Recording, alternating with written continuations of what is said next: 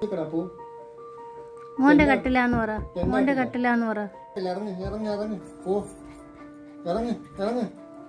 മക്കള് വഴക്കൂറ. വഴക്കൂറ എന്താന്ന് ഇവര്. ഇറങ്ങടാ ഇറങ്ങടാ പോടാ.